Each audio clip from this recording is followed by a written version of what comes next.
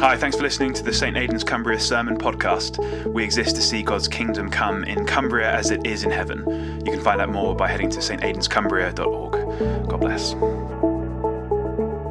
Hello friends, it's another one-take sermon download from me this week. We really miss you. Sorry not to be with you again. Great news, baby Freeman was born last Sunday. So when I rushed off the church, it was to see my son be born. He's doing well, he's in hospital, so I'm just shooting off to see him in a moment. But before I do, I thought I'd download for you a quick thought about what I would have shared on Sunday if I'd been there, just like last week. So we miss you. Praying for you. We appreciate your prayers, those who have said you're thinking of us. Thank you very much.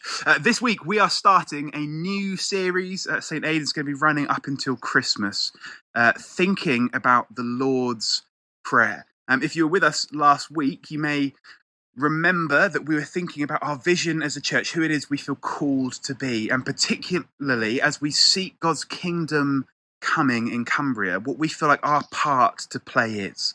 We thought of three parts that we want to play. We want to follow Jesus, we want to be filled with his spirit, and we're going to form Christian communities. And as we jump into this new series today, we're going to be thinking particularly about that first one, following Jesus. That's our language for being disciples of Jesus, friends of Jesus. You know, the first followers of Jesus, his first friends, his disciples, they followed him as a teacher, as a rabbi.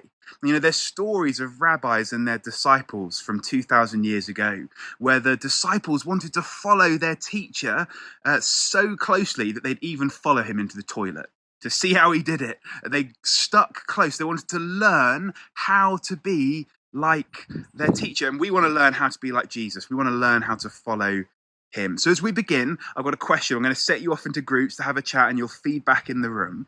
I want you to have a talk, a discussion about if you could learn from Jesus one thing about how to follow him, what would it be? What would you want Jesus to teach you, to do what he does? So why don't we turn together, have a discussion, we'll feed back, and then I'll be back in a moment. I wonder what things you shared together in the room, what it was that you want to learn from Jesus. You know, there's all sorts of things I can imagine you said. There's all sorts of things that I would have thought of.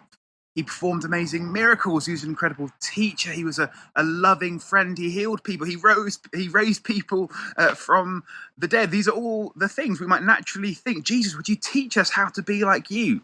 How to do these things? But, you know, in all of the gospel stories, we only get one example of his followers, his friends, asking Jesus to teach them how to do something like he did. We heard about it in our reading a moment ago. His followers, his friends, his disciples, when they asked him how they could be like him, they asked him how they could pray. They wanted to learn to pray like Jesus. You know, prayer is how we talk with God. We as Christians, as followers of Jesus, we want to have a relationship with our Father in heaven, with our Savior Jesus Christ. And one of the main ways we do that is by learning how to talk to him. And we talk to him in prayer. We tell him how we're feeling, what we're thinking, what we want to see happen. We tell him what we think about him.